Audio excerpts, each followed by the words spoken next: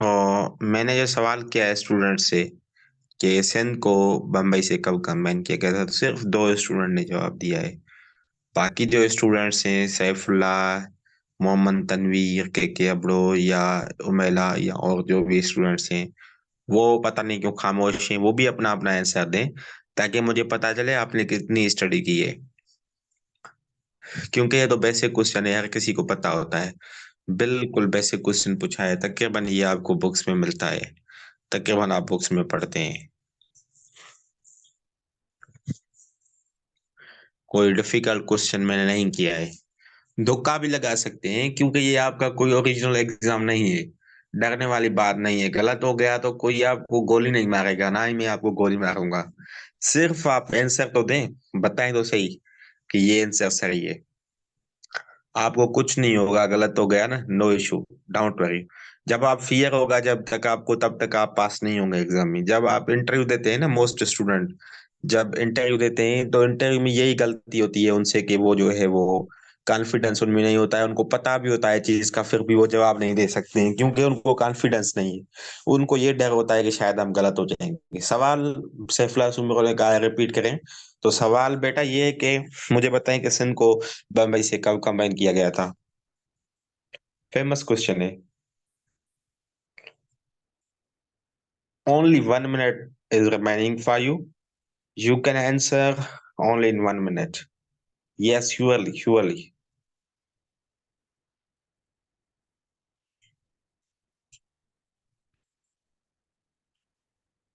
सब स्टूडेंट ने आंसर गलत दिया है, सारे स्टूडेंट ने आंसर गलत दिया है, जो भी स्टूडेंट सेड हैं। तो देखें, शाहजहां ने तो बड़ा कमाल कर दिया है कि जवाब दिया है सर 1936। क्योंकि 1936 में सैफुल्लाह सुमर ने लिखा है सेपरेट हुई थी, बिल्कुल दुरुस्त। 1936 में तो बम्बई को, सिंध जो है बम्बई से सेपरेट हुई थी, Sindh will be separated from Bombay. ये कायदे आज़म की 14 पॉइंट्स में भी था, ये वाली पॉइंट नेहरू रिपोर्ट में भी थी, ये वाली पॉइंट 1935 का जो एक्ट है उसकी तहत सिंध को बम्बई से जुदा किया गया था। तो ये तो सेपरेशन की पॉइंट है बेटा शाहजहां। 1936 आपने कहाँ से लाया है? ये देखें, ये होता है रट्टा। आपने रट्टा लगाया है, आपने कॉन्सेप्ट क्लियर नहीं किया है, आपने क्वेश्चंस को समझा नहीं है। जब भी कोई क्वेश्चन पढ़ते हैं तो पहले क्वेश्चन को समझें। ये नहीं करेंगे बस रट्टा लगा के आए कि 1936 था। स्टूडेंट्स क्या करते हैं, वो दो वर्ड्स देखते हैं बस, एक सिंध का है और बम्बई का है, और ये क्वेश्चन वो देखते हैं बस, यही आता रहता है सेपरेशन वाला, तो ये भी सेपरेशन की बात है। बेटा सेपरेशन और कॉम्बिनेशन में फर्क होता है। तो जो सेपरेशन है सिंध की बम्बई से, वो तो 1936 में हुई थी। और जो कॉम्बिनेशन है ना, मैंने कंबाइन पूछा था, तो वो 1848 में, 1848 में, 1848, 1848 में कॉम्बिनेशन हुई थी। तो आप याद कर लें ये क्वेश्चन, 1848, ठीक है। उसमें क्या हुआ था, सिंध को बम्बई से कंबाइन किया गया था, उस 1936 में सेपरेट किया गया है। और इसमें भी कंफ्यूजन होती है, कुछ स्टूडेंट 1935 सेपरेशन करते हैं, कुछ 1936 सेपरेशन करते हैं। और ये जो क्वेश्चन है ना, ये मैं जब जेएसटी का इंटरव्यू दे रहा था, मैं जेएसटी टीचर था पहले, तो उन्होंने कहा था कि आपका फेवरेट सब्जेक्ट कौन सा है, तो मैंने बताया था उनको कि ये मेरा फेवरेट सब्जेक्ट पाकिस्तान स्टडी है। तो फिर उन्होंने मुझसे सवाल किया था, ये वाला जेएसटी के इंटरव्यू में, डिस्ट्रिक्ट एजुकेशन ऑफिसर था, डीओ, उसने किया था। तो उसने पूछा था कि सन को बम्बई से सेपरेट कब किया गया था, तो मैंने बताया था 36। तो वो कह रहा था कुछ स्टूडेंट 1935 कहते हैं, फिर मैंने उसको क्लियर किया था, और आपको भी मैं क्लियर करता रहा हूँ कि जो 1935 का ईयर है उसमें सेपरेट नहीं हुई थी, उसमें ये कानून आया था 1935 का एक्ट, मतलब एक्ट पास हुआ था, उसमें ये पॉइंट पास हुई थी। लेकिन जो बिल्कुल सेपरेशन है वो 1936 में हुई है। और किस एक्ट के तहत हुई है? 1935 के एक्ट के तहत। और ऐसा भी क्वेश्चन आ सकता है कि since we will be separated from Bombay, ये पॉइंट किसकी है? 1935 के एक्ट की है, या कायदे आज़म की 14 पॉइंट में से एक है, या ये वाले जो पॉइंट है ये नेहरू रिपोर्ट की पॉइंट है, या सब की पॉइंट है? तो आप कहेंगे ये सब की पॉइंट है। और कभी कभी ये भी क्वेश्चन इंटरव्यू में पूछते हैं या किसी टेस्ट में भी देते हैं कि कौन सी सिमिलरिटी थी नेहरू रिपोर्ट में एंड कायदे आज़म के 14 पॉइंट्स में। तो जो सिमिलर पॉइंट्स थी वो ये वाली थी, Sindh will be separated from Bombay. कभी कभी ये क्वेश्चन एक्सक्यूज देते मी हैं कि सर। सिंध जी। जी सर, इंटरनेट से तो सर जेको कंपाइन जेको तव्हां चओ था उहो त इंटरनेट ते 1843 थो चवे। 1843 बाबा ग़लति आहे। 1848 जेको आहे उहो कंफर्म आहे। उहो ई जेको मेन जेको जवाबु आहे, उन जेको सही जवाबु आहे उहो आहे 1848 वारो। ठीकु आहे न, उहो मां कंहिं अथेंटिक सोर्स मां ई पढ़ियो हुयो। सो तव्हां उहो यादि करे छॾियो, उहो ई क्वेश्चन तव्हांजो सही करेक्ट थींदो। बाक़ी गूगल ते या वेबसाइट्स डिफरेंट हूंदियूं आहिनि, उन ते माण्हू ई अपलोड कंदा रहंदा आहिनि, सो ग़लतियूं हूंदियूं आहिनि इलाही। ऐं मुख़्तलिफ़ जॻहियुनि ते मुख़्तलिफ़ आंसर्स तव्हांखे पंज पंज छह छह आंसर्स मिलंदा आहिनि। लेकिन कोशिशि कंदा कयो त जेको को अथेंटिक सोर्स आहे उनखे फॉलो कयो। ठीक है बेटा, तो ठीक है सर, ठीक है, थैंक यू सर। बिल्कुल, नो इशू नो इशू। तो मैं क्या डिस्कस कर रहा, और दूसरी बात ये नोट करेंगे, बीच में आप बात ना करें, क्योंकि मैं भूल जाता हूँ। अभी मुझे पता नहीं मैं क्या बोल रहा था, तो आपने अचानक से बात कर दी तो मैं भूल गया। तो आप जब भी कोई सवाल पूछते हैं ना, तो जब मैं एंड करता हूँ आप क्वेश्चंस कलेक्ट करें। जब मैं एक सेशन को एंड करता हूँ, फिर आप एंड, जब मैं एंड करूँ ना, उस टाइम पे आप क्वेश्चन करें कि सर ये जो है मुझे समझ नहीं आया था बात, या मतलब ये क्वेश्चन था। जब बीच में बोलेंगे तो फिर मेरा जो है ना वो कनेक्शन खत्म हो जाएगा, मेरी कंसंट्रेशन खत्म हो जाएगी, और स्टूडेंट्स का भी माइंड जो है वो डाइवर्ट हो जाएगा, बात क्लियर नहीं हो पाएगी। ठीक है, तो हम जो बात कर रहे थे वो सेंट्रल बम्बई की बात। तो छोड़ के ये किसका आवाज आ रहा है? काइंडली अपनी अपनी माइक्स जो है वो ऑफ कर दें, तो किसी की आवाज ना आए, ताकि डिस्टरबेंस ना हो, खामोशी के माहौल में रहे। बिल्कुल, हम बात कर रहे थे ये नाइन सिंथ सेपरेशन बम्बई की। ठीक है, तो देखें, एक क्वेश्चन है, उस पे 100 MCQ आप बना सकते हैं सिर्फ इस पॉइंट पे। सिंथ सेपरेशन फ्रॉम मुंबई, इस पे आप जितने बना सकें, जितने आप बनाना चाहते हैं, तो उतने MCQs आप बना सकते हैं। क्योंकि जब आप पढ़ते हैं ना ज्यादा, जब आप बहुत सोर्सेज स्टडी करते हैं, तब आपको पता चलता है कि इस पे ये क्वेश्चन भी आ सकता है, अच्छा ये भी आ सकता है, ये भी हो सकता है। पहले तो आपको पता ही नहीं होगा कि ये जो सेपरेशन फ्रॉम मुंबई थी, ये किसकी पॉइंट थी। पहले आप सोचते हो कि शायद 14 पॉइंट्स की होगी, या शायद नेहरू की होगी, या किसी के माइंड में कौन सी होगी, किसी के माइंड में कौन सी। लेकिन अब आपको क्लियर हो गया, ये तीन जो है वो मतलब डिफरेंट पॉइंट्स, मतलब डिफरेंट एक्ट्स में है। जैसे नेहरू रिपोर्ट है, उसमें भी है, 14 पॉइंट में भी है, 35 के एक्ट में भी है। ठीक है, तो जब भी आप स्टडी करते हैं ना, कोशिश करें उस पर डिटेल, उसकी डिटेल देखें कि इसकी डिटेल क्या है। आजकल जो टेस्टें बना रहे हैं ना मुख्तलिफ इदारे, मुख्तलिफ टेस्टिंग सर्विस एजेंसीज या कमीशन, तो वो कोशिश करते हैं कि हर क्वेश्चन की डिटेल देते हैं, मतलब उनके डिटेल से वो क्वेश्चन निकालते हैं, कोशिश करते हैं कि मतलब क्वेश्चन से क्वेश्चन निकालें। तो आप भी ऐसे करें। और जब इंटरव्यूज आजकल जो हो रहे हैं, उसमें भी यही पूछा जा रहा है, मतलब क्वेश्चन किया जा रहा है, जब स्टूडेंट उसका जवाब सही देता है, तो फिर उससे ही दूसरा क्वेश्चन वो क्रिएट करते हैं। तो इसलिए आपके लिए लाजमी है कि उसको लिए आप जो है वो ऐसे स्टडी करें। और एक स्टूडेंट ने मुझे लिखा है मैसेज हिस्ट्री के लिए कोई अथेंटिक बुक सजेस्ट करें। तो बेटा बिल्कुल मैं सजेस्ट करूंगा, आप थोड़ा इस बात को तो क्लियर करना दें मुझे। आप लास्ट में वाइस में क्वेश्चंस पूछिए ना, मैसेज लिखने की कोई जरूरत नहीं है, ना ही परेशान होने की जरूरत नहीं है। मैं नहीं कहता हूँ, नहीं मैं डिस्करेज नहीं करता हूँ आपको कि आप क्वेश्चन ना करें। सारे स्टूडेंट्स को मैं इनकरेज करता हूँ कि सारे क्वेश्चन पूछें, जैसे जवेरिया ने पूछा है, लेकिन बीच में ना पूछें, ये प्लीज माइंड भी नहीं करें। क्योंकि आप सारे मेरे जो है वो डियर स्टूडेंट्स हैं, और मेरी कोशिश है कि आप सब स्टूडेंट्स को मैं मुतमईन करूं और अच्छी तरह से गाइड करूं। तो काइंडली काइंडली ये जो है थोड़ा ख्याल किया करें। Thank you so much. तो हिस्ट्री के लिए ने जवेरिया ने पूछा है कि कौन सा सजेस्ट करें बुक, सर आप कौन सा पढूं।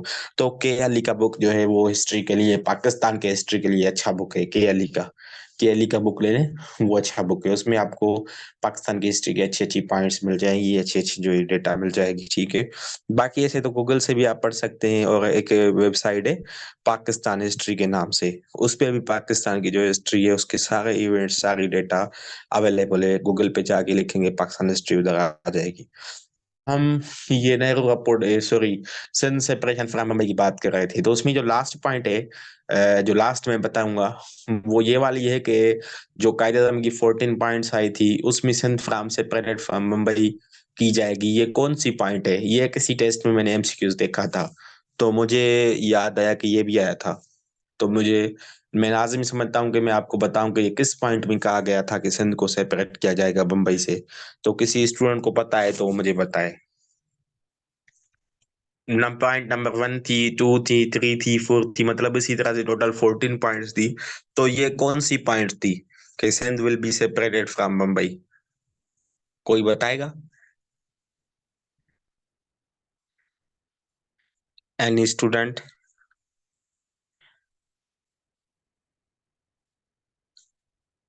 मेहमद अमीन तो बताए। इसको तो मैंने पहले भी मैं सेशन में डिस्कस कर चुका हूँ, ये वाली पॉइंट जो मेरे पहले सेशन हुए हैं।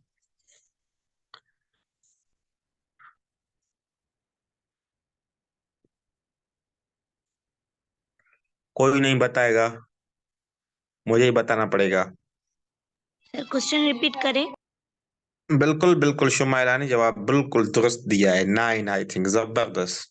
बिल्कुल 9 ही दुरुस्त है। क्वेश्चन ये था कि Sindh will be separated from Bombay. ये कौन सी नंबर पॉइंट थी? पॉइंट नंबर 1, 2, 3, जैसे हम नंबरिंग देते हैं ना तरतीब से, तो ये 9 पॉइंट थी। देखें कितना टिपिकल क्वेश्चन है। ये क्वेश्चन किसी टेस्ट में आया था, शायद कोई फेडरल की थी या कोई और थी, तो उसमें ये क्वेश्चन पूछा गया था कि Sindh will be separated from Mumbai, ये कौन सी नंबर पॉइंट है? तो ये 9 नंबर पॉइंट है किसकी? कायदे आज़म के 14 पॉइंट्स की। ठीक है। और दूसरी बात, जो ये 1935 का एक्ट है, ये मैं सब स्टूडेंट को सजेस्ट करूंगा कि इसको डिटेल में पढ़ें।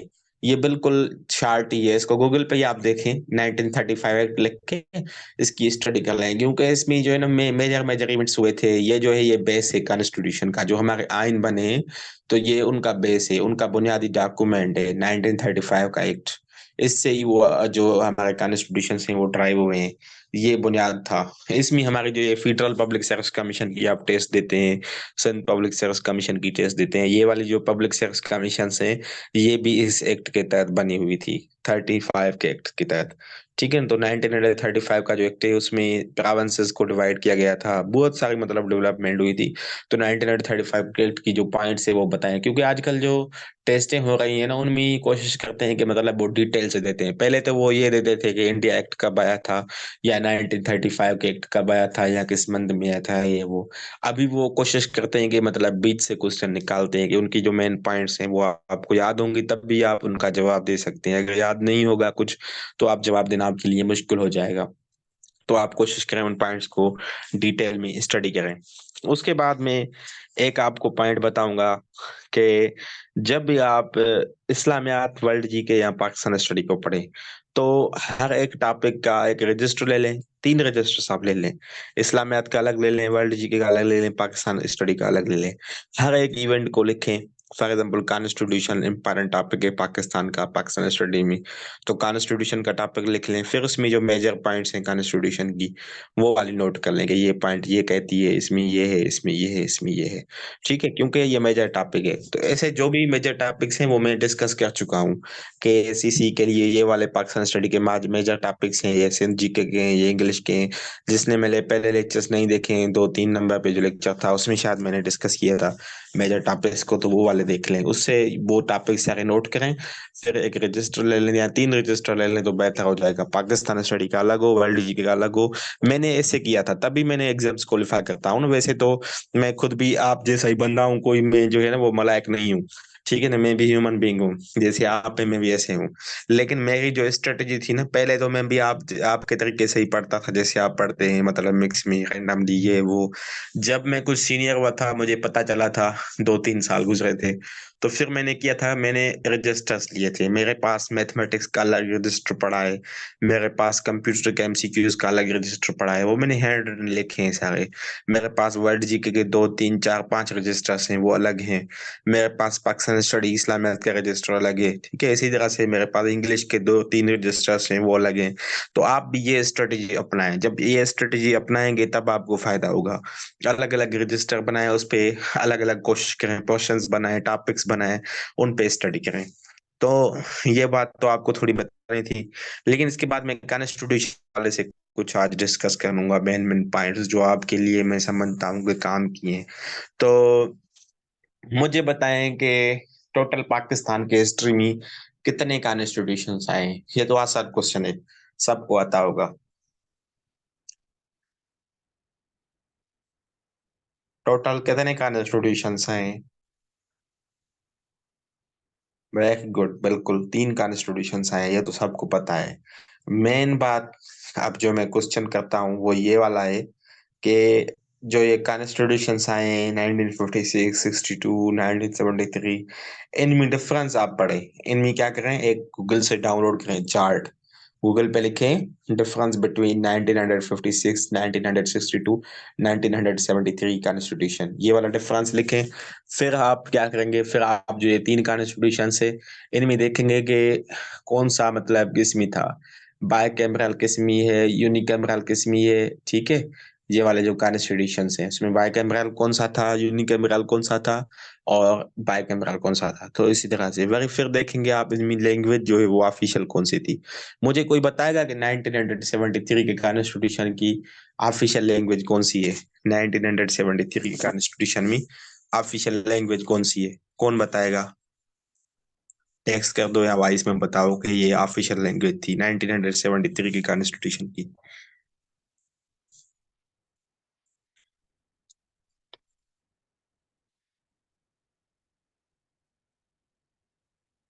सैफुल्लाह आप गलत बता रहे हो। मैंने क्वेश्चन जो किया है वो किया है कि बेटा ऑफिशियल लैंग्वेज बताओ। तो शुमैला ने भी आंसर दिया, के अबड़ो ने भी दिया, सैफुल्लाह ने भी दिया, सब ने गलत आंसर दिया है। सिर्फ एस एन पता नहीं किसका नंबर है, ये जो एस एन लिखा हुआ है एस एन का राइट आंसर है इंग्लिश, बिल्कुल 100%। देखें ये होती है स्टडी, ये होता है कॉन्सेप्ट। जिन्होंने उर्दू का जवाब दिया है ना उनका रट्टा लगा हुआ है कि उर्दू है। उर्दू बेटा ऑफिशियल लैंग्वेज नहीं थी, उर्दू नेशनल लैंग्वेज है कंट्री की। कॉन्स्टिट्यूशन में ये लिखा गया है Urdu is the national language of Pakistan. लेकिन मैं क्या बता रहा हूँ, दफ्तरी लैंग्वेज ऑफिशियल मतलब जो ऑफिस में इस्तेमाल होती है। आप देखें कोई भी लेटर ऑफिस का आता है वो ज्यादातर किस लैंग्वेज में लिखा होता है, इंग्लिश में आती है। कोई नोटिफिकेशन आती है छुट्टी है आज स्कूल की, तो वो इंग्लिश में आता है या उर्दू में आता है, आप खुद सोचें। इसी से ही आप अंदाजा लगा सकते हैं ना, आप अल्फाज को कैच करें। एक है ऑफिशियल, ऑफिशियल मींस जो ऑफिस की हो, और उर्दू जो है वो कौमी जुबान है, वो हर सूबे में मतलब हर कोई समझता है। वो आपकी क्या है, कौमियत की है, आपके नेशनलिज्म के हवाले से है। ठीक हो गया। तो बोथ लैंग्वेजेस जिथे भी लिखे हुए हैं ना भाई लैंग्वेजेस, वो जो गलत एमसीक्यूज आए। इसलिए तो मैं कहता हूँ आपको कि कोई चीज पढ़ते हैं उसको डिटेल में पढ़ें। आप शायद डिटेल में नहीं पढ़ते हैं, इसके लिए आपको क्लियर नहीं है। आप कॉन्स्टिट्यूशन उठाएं पाकिस्तान का, डाउनलोड करें, उसमें आप देखें नेशनल लैंग्वेज ऑफ पाकिस्तान आपका उर्दू आएगा, ऑफिशियल लैंग्वेज ऑफ पाकिस्तान जब आप देखेंगे तो आपको इंग्लिश मिलेगी। ठीक है। तो इंग्लिश क्या है, ऑफिशियल लैंग्वेज, और नेशनल लैंग्वेज जो है वो उर्दू है पाकिस्तान की। ठीक है। तो ये वाले जो थोड़े कॉन्सेप्ट्स हैं ना इनको आप थोड़ा दुरुस्त कर दें अपने माइंड में, ये जो अल्फाज हैं। दूसरा एक क्वेश्चन आता है, वो उसमें भी स्टूडेंट कंफ्यूज हो जाते हैं। वो क्वेश्चन ये आता है कि पाकिस्तान के जो है हिस्ट्री का कौन सा पीरियड है जिसमें पाकिस्तान में कोई प्राइम मिनिस्टर नहीं था। कोई मुझे बताएगा वो कौन सा ईयर था, कौन सा साल था जिसमें पाकिस्तान में कोई भी प्राइम मिनिस्टर मौजूद नहीं था।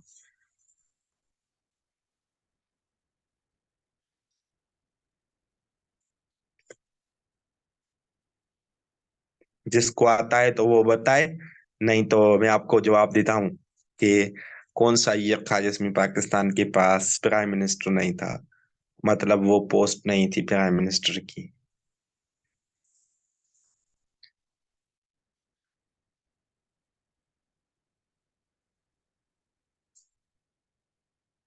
ब्रदर, स्टूडेंट्स जो ये आंसर होगा इसका वो आपका होगा 1988, 1988 में पाकिस्तान में कोई भी प्राइम मिनिस्टर नहीं था। तब वाइस प्रेसिडेंट की पोस्ट कायम की गई थी। पाकिस्तान के हिस्ट्री में एक ही वाइस प्रेसिडेंट रहा है, उसका नाम क्या था, नूर अमीन। आप सबको पता होगा वाइस प्रेसिडेंट पाकिस्तान का एक ही रहा है, कौन सा रहा है, नूर अमीन। ठीक है।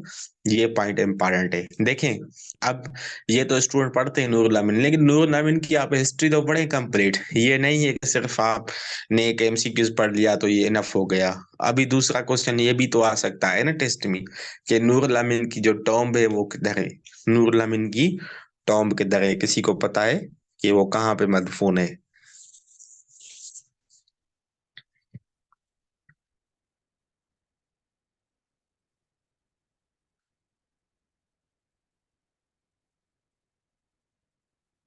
किसी को पता नहीं है नूरुल अमीन कहाँ पे दफन है, कहाँ पे बरीड है, कहाँ पे उसकी टॉम्ब है, किसी को भी पता नहीं है।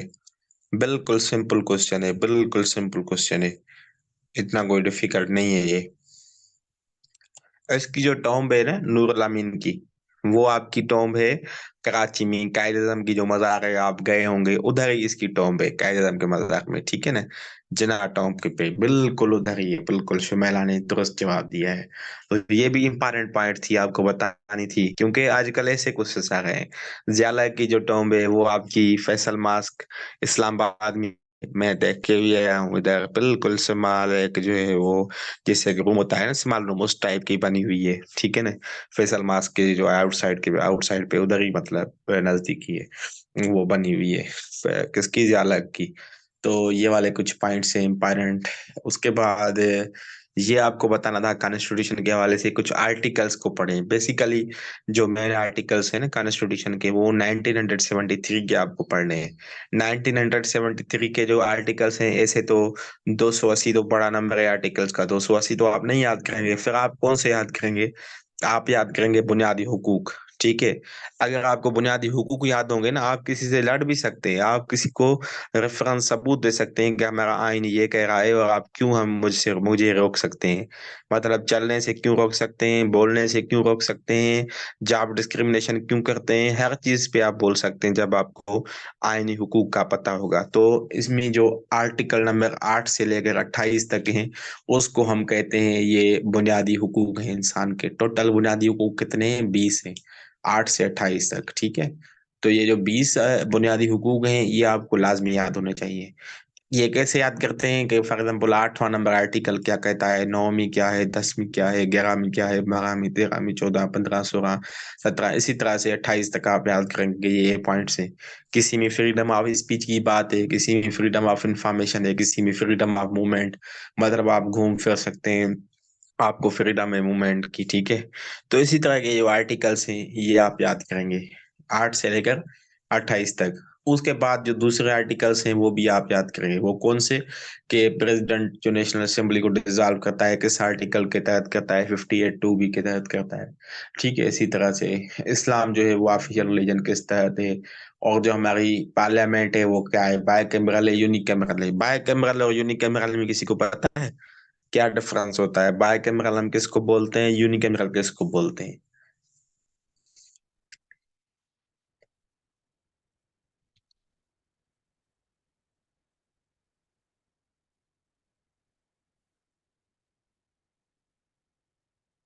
बिल्कुल, बाय कैमरल हम उसको बोलते हैं जिसमें नेशनल असेंबली भी हो, सेनेट भी हो। और यूनिकैमरल हम उसको बोलते हैं जिसमें सिर्फ एक हाउस हो, या तो नेशनल असेंबली हो या तो सेनेट हो। तो जो 1956 का कॉन्स्टिट्यूशन था वो भी यूनिकैमरल था, मतलब उसमें सिर्फ नेशनल असेंबली थी, सेनेट नहीं थी। जो 1962 का आइन आया था वो भी क्या था? वो भी यूनिकैमरल था, उसमें भी सिर्फ नेशनल असेंबली थी। लेकिन जो 1973 1973 का जो आइन है, जो लास्ट हमारा आइन है जो अभी तक चल रहा है, उसमें सेनेट को क्रिएट किया गया था। सेनेट कब बनाई गई थी? 1973 में, ठीक है। उसके बाद हमारा आयन क्या बन गया? बाय कैमरल, मतलब उसमें दो हाउसेस हो गए, दो चेम्बर्स हो गए। अब बाय कैमरल जो, या जो ये इसको हम बाय कैमरल लेजिस्लेचर भी बोलते हैं। हम इसको लेजिस्लेचर क्यों बोलते हैं? Bicameral legislature, unicameral legislature. ये लेजिस्लेचर के दो टाइप्स होते हैं। तो लेजिस्लेचर क्या चीज है पता है? Bicameral legislature, unicameral legislature. Legislature हम इसको क्यों बोलते हैं? जी सर, मां ॿुधायां सर। लेजिस्लेचर सर जेके कानून साज़ी कंदा आहिनि, जीअं असांजा मिनिस्टर्स, MPs वग़ैरह, जी जी, MNAs वग़ैरह सर, उहे लॉ मेकर्स हूंदा आहिनि न, लेजिस्लेचर इन करे हिनखे चइबो आहे। बिल्कुल बिल्कुल, लेजिस्लेशन हम कहते हैं लॉ मेकिंग को। तो यूनिकैमरल लेजिस्लेचर, बाइकैमरल लेजिस्लेचर, इनका काम ही होता है लॉ मेकिंग। जो सेनेट और नेशनल असेंबली है, इनमें लॉ पास होता है, वो लॉ मंजूर होता है, उसकी असेंट होती है, फिर फाइनल उनको जो है वो प्रेसिडेंट अप्रूव करता है, ठीक है। तो ये वाले क्वेश्चंस आपके लिए ना लाजमी है। और जो मनी बिल होता है, जो फाइनेंस का मनी बिल होता है, वो कहाँ पे ओरिजिनेट होता है? ये क्वेश्चन भी बार बार आता है तकरीबन एग्जाम्स में। तो मनी बिल जो है वो सेनेट में पास होता है या नेशनल असेंबली में ओरिजिनेट होता है? कहाँ पे ओरिजिनेट होता है? तो ये वाला होता है नेशनल असेंबली में, ठीक है।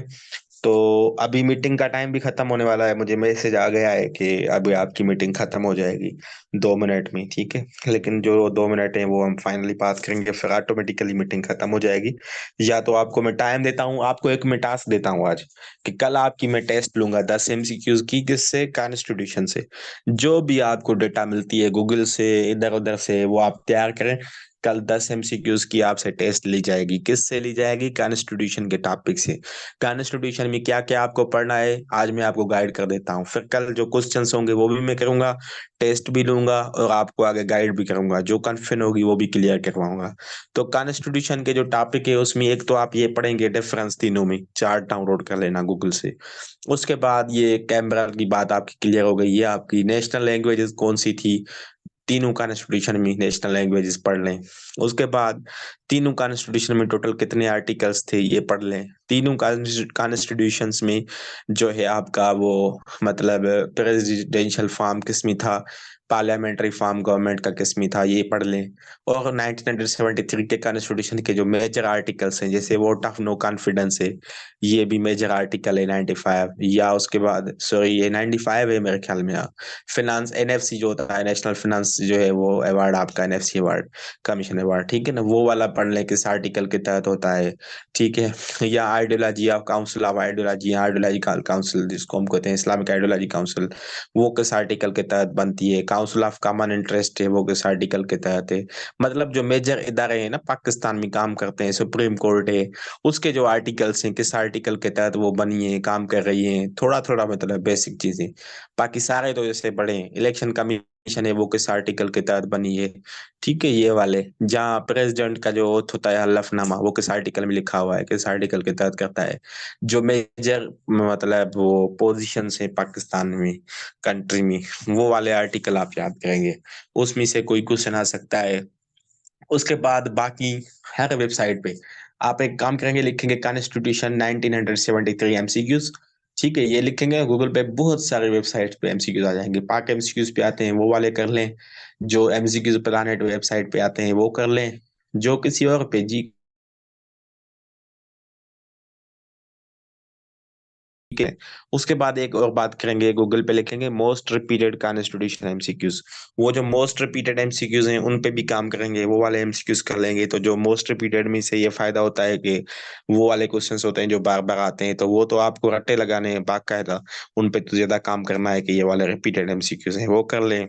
उसके बाद कॉन्स्टिट्यूशन में जो अमेंडमेंट्स आई हैं, अमेंड है और अमेंडमेंट्स जो है वो, उसमें जो मेजर अमेंडमेंट्स हैं जैसे 18th अमेंडमेंट है, उसका अभी तक जो है वो उस पे काम चल रहा है, उस पे बात होती है। जब भी कोई सीएसएस का आप एग्जाम देखें या न्यूज़पेपर देखें या कहीं पे किसी बुक में देखें, कहीं पे न्यूज़ में देखें, तो आपको 18th अमेंडमेंट का नाम जरूर नजर आता है। तो 18th अमेंडमेंट को तो बिल्कुल डिटेल में थोड़ा पढ़ें, ठीक है, ताकि आपको पता चल जाए कोई कौन से डिपार्टमेंट्स थे 18th अमेंडमेंट में, सूबों को मिले थे, प्रोविंसेस को मिले थे, एनएफसी में कितना शेयर था, ये वो सारा कुछ मतलब जो है अमेंडमेंट्स में पढ़े। अमेंडमेंट फर्स्ट कब आई थी, फर्स्ट अमेंडमेंट किसके हवाले से थी, सेकंड अमेंडमेंट किसके हवाले से थी, कादियानों को किस में जो है वो गैर मुस्लिम करार दिया गया था अमेंडमेंट में, या जो मतलब जो भी मतलब अमेंडमेंट, टोटल अमेंडमेंट्स कितनी हुई हैं, लास्ट अमेंडमेंट कौन सी थी। तो अमेंडमेंट्स को भी आपको जरूर पढ़ना होगा, ठीक है ना। तो ये आप कंप्लीट पढ़ लें कॉन्स्टिट्यूशंस को, कल इनसे आपकी टेस्ट होने वाली है। तो आप भी तक इतना काफी है। बाकी अभी मैं आपको जो भी है, खत्म होने तक 1-2 मिनट है शायद, या तो खत्म हो जाएगी, तो आप सवाल कर लें जो भी है। अभी आपको टाइम है सवालों का, क्वेश्चनों का। Excuse me sir. जी जी। सर अॼु ख़बर पई त जेके असांजो मतिलबु हज़रत मोहम्मद सल्लल्लाहु अलैहि वसल्लम खे असांजो as a last profit consider कयो वेंदो आहे, पोइ उहो अॼु तव्हां हुनखे कैंसिल कयो वियो आहे सर, त इहो सही आहे मतिलबु इहा न्यूज़? कैंसिल कयो वियो आहे? जी सर, मतिलबु उन्हनि खे एज़ अ रिमूव कयो वियो त एज़ अ